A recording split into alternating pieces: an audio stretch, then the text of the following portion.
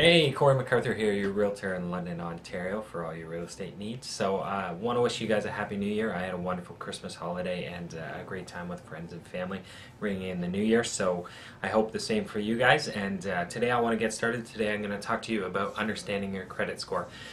Last time I spoke to you guys about understanding your mortgage and some of that information, so I find they just flow naturally together, and there's so many people out there that don't understand their credit score, and there's so many Canadians that don't get a good mortgage or even get a mortgage because they have such a poor credit score. So I'm going to break this into two video sessions. The first one I'm going to talk to you about understanding your credit score. The second one I'm going to talk to you guys about how to improve your credit score and how to make sure that you keep it healthy. So today I want you to keep two numbers in mind. I want you to keep 350 in mind and 950. 350 is the bottom, and that means you're a high risk of default to the bank, and you've proven that through your past track record. 950 is you're a wonderful person, probably a large contributor to the value of this world, and the banks love you and they think you're wonderful and they're willing to give you all sorts of money because you're just the best. So that's what 950 means, but not quite. But it does mean that you have a wonderful credit score.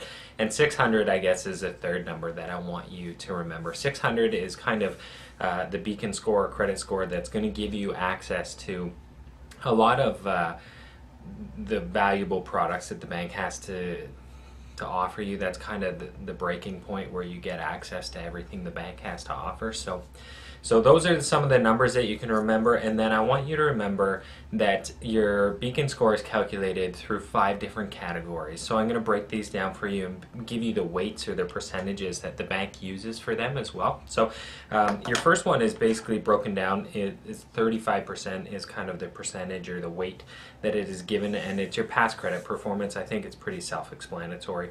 Have you defaulted on your payments or loans? Have you missed payments, etc., etc., or have you always been very reliable? So they put a lot of weight on that. In fact, they give you the most weight on that. And your next category is 30%, and that's the current level of credit in use. So let me give you a quick example to help you guys understand.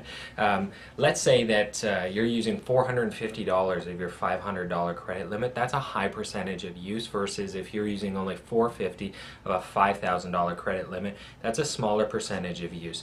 Banks or lenders always like to see you using a smaller percentage of your available credit.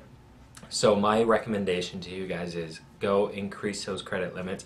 Banks like to see that small percentage. It will help improve your credit score or keep your credit score healthy.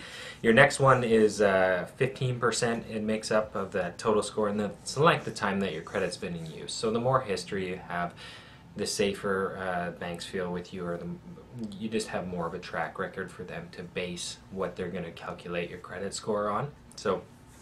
And then again, another 15% is the other types of loans that you have in use. So let's say you have a revolving loan or a loan that has monthly obligations. They look at those and they look at the past of those, and that's used to calculate your credit score as well. And then last is only makes up 5%. It's the smallest weight, but it seems to be the one that people have the most concern about. And there's a bit of falsity that's gone along with, if that's even a word, but anyhow, a bit of misinformation, I should say, that has gone along with this, and that's basically the number of recent inquiries that you've had on your credit score. So when you go to a bank and you say you want to get a mortgage, they're going to run a credit check on you to see what your credit score or your beacon score is. So the chances are is that you're going to probably shop around to one more bank, or more than one bank, or at least I hope you will if you watch my last video. And you're going to get multiple hits on your credit score, and sometimes people believe that's going to really negatively affect their credit score, but it won't. The credit bureau has changed those rules, knowing that people shop that way and that they may receive multiple hits all at once. So don't be too concerned about that. It only makes up 5%, and people, or the credit bureau, understands that that's most likely what you're doing.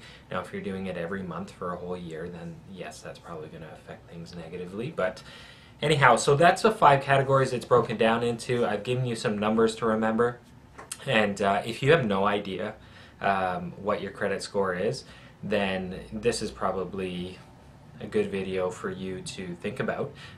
Please contact me. I can help you not only understand your credit score better, but also improve your credit score, find out what your credit score is without costing you any money or negatively affecting your credit score. So please give me a call. You guys know where to reach me. Like I've said before, it's always my goal to be your educator when it comes to real estate or all matters that are related to real estate. So I hope this has been helpful. I look forward to talking to you guys, and I hope you're having a wonderful day.